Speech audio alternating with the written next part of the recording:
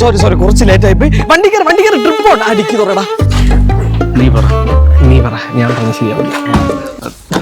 എടാ നിങ്ങൾ എന്തിനാ പഴം വീണ സമയമായില്ലേ? വണ്ടിക്കാർ ഫോൺസി ഇവിടെ ചെറിയൊരു പ്രോബ്ലം ഉണ്ട്. അതെന്തൊരു വണ്ടി പഞ്ചർ വല്ലതാ? ഫോൺസി ട്രിപ്പിന് വരുന്നില്ല.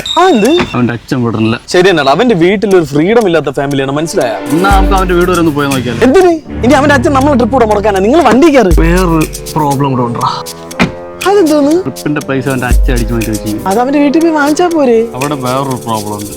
അവന്റെ അച്ഛൻ വിചാരിക്കണ ആ പൈസ അവൻ വീട്ടിൽ നിന്ന് അടിച്ചു മാറ്റിയെന്ന്. അതുകൊണ്ട് അവനെ വീട്ടിൽ പൂട്ടിയിട്ടിരിക്കണം. അപ്പൊ നമുക്ക് അവന്റെ അച്ഛനെ പോയി കണ്ടാലേ? അയ്യോ അത് പ്രോബ്ലം. അവന്റെ അച്ഛൻ ഒരു സൈക്കോണ്. ഇത് നമ്മളെല്ലാം കൂടെ ചെന്നക്കാരെ കൊടുത്താൽ നമ്മളെല്ലാം കൂടെ പിടിച്ചോടെ പൂട്ടിയിടും. സൈക്കോ? എനിക്കൊന്നും അറിയണ്ട. എനിക്കിന്ന് കൊടൈക്കനാലിൽ പോണം. ഇപ്പൊ തന്നെ എത്ര സമയം ലേറ്റ് ആയെന്ന് അറിയാമോ? ഒരു കാര്യം ചെയ്യാം, ഇത് പണയം വെച്ച് ട്രിപ്പ് പോവാം. വണ്ടി കയറി. ആര് കാർ ഓടിക്കും? അതൊരു പ്രോബ്ലം ഉണ്ട്. ഫോൺസിക്ക് മാത്രമേ കാർ ഓടിക്കാൻ അറിയൂ.